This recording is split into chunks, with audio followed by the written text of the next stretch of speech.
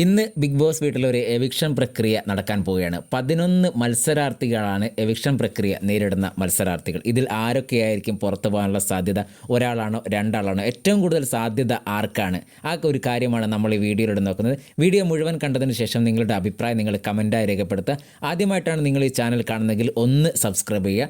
നമുക്കറിയാം, social media പോളുകളായാലും unofficial voting ആയാലും ഏറ്റവും കൂടുതൽ അഭിപ്രായം നേടി അല്ലെങ്കിൽ മികച്ചൊരു അഭിപ്രായം നേടി ഏറ്റവും കൂടുതൽ പോളുകളിൽ ഒന്നാം സ്ഥാനത്ത് നിൽക്കുന്ന മത്സരാർത്ഥി അനീഷ് തന്നെയാണ്. അനീഷ് സേഫ് ആയിരിക്കും എന്ന കാര്യത്തിൽ യാതൊരു സംശയവുമില്ല. രണ്ടാം സ്ഥാനത്ത് നിൽക്കുന്നത് ഷാനവാസാണ്. ഷാനവാസും സേഫ് ആയിരിക്കും. മൂന്നാം സ്ഥാനത്ത് കുതിച്ചെത്തിയിരിക്കുന്നത് ലക്ഷ്മിയാണ്. ലക്ഷ്മിയും സേഫ് ആയിരിക്കും എന്ന് തന്നെ നമുക്ക് കരുതാം. പിന്നീട് ഡേഞ്ചർ സോണിലേക്ക് പോകുമ്പോൾ ആരൊക്കെയായിരിക്കും? നമുക്കറിയാം, ജിഷിനും അക്ബറും അതേപോലെ തന്നെ ആര്യനും ജിസയിലും ഒക്കെ സേഫ് ആകാനുള്ള സാധ്യത വളരെ കൂടുതലാണ്. ഇത്തവണ ഡേഞ്ചർ സോണിൽ നിൽക്കുന്ന മത്സരാർത്ഥികൾ ആദിലയാണ്. പക്ഷേ ആദില സേഫ് ആകാനുള്ള സാധ്യത വളരെ കൂടുതലാണ്. നൂറയ്ക്ക് കിട്ടുന്ന വോട്ടും ആദിലയ്ക്ക് ഇത്തവണ കിട്ടിയിരിക്കും. കാരണം നൂറ എവിക്ഷൻ പ്രക്രിയ നേരിടുന്ന മത്സരാർത്ഥിയല്ല. ആദിലയ്ക്ക് ഒരുപാട് നെഗറ്റീവ് കഴിഞ്ഞ ദിവസങ്ങളിൽ വന്നിരുന്നു. അതുകൊണ്ട് വോട്ടിംഗ് വളരെ കുറവായിരുന്നു. എന്നാലും ഡേഞ്ചർ സോണിലാണെങ്കിലും സേഫ് ആകാനുള്ള സാധ്യത ആദിലയ്ക്കും കാണുന്നുണ്ട്.